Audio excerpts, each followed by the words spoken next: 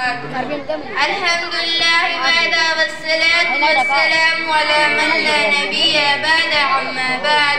قال الله تبارك وتعالى في القرآن المجيد والفرقان الحميد: أعوذ بالله من الشيطان الرجيم. بسم الله الرحمن الرحيم. وإلهكم إله واحد لا إله إلا هو الرحمن الرحيم.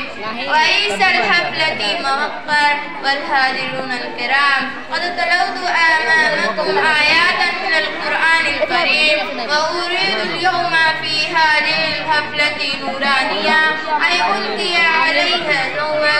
أيها الحاضرون الأعزاء، لا يخفى على من له أدنى إيمان بالتاريخ أن الأنبياء الذين بعثوا في هذه الدنيا والرسل الذين أرسلوا إلى هذا العالم قد دعوا قومهم وأمتهم إلى التوحيد خالصين نقيا الذي لا يصيبه شيء من الشرك، وأعلنوا أمام الناس أن الله هو واحد أحد الفرد الصمد الذي لم يكن له كفوا أحد، وأنه هو خالق هذا الكون وما فيه من الأشياء، وأنه على ظلماته ونورا، ثم الذين كفروا بربهم يعدلون.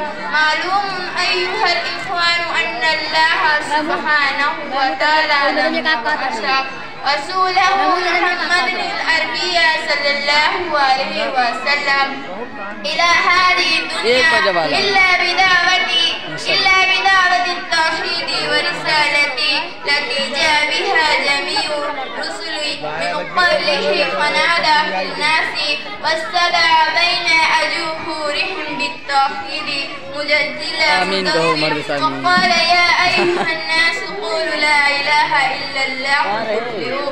فلبى كثير من الناس على دعوته وأقروا بالوحدانية لأن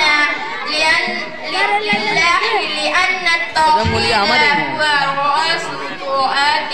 أختم كلماته آمين، وآخر دعوانا أن الحمد لله رب العالمين. السلام عليكم ورحمة الله وبركاته.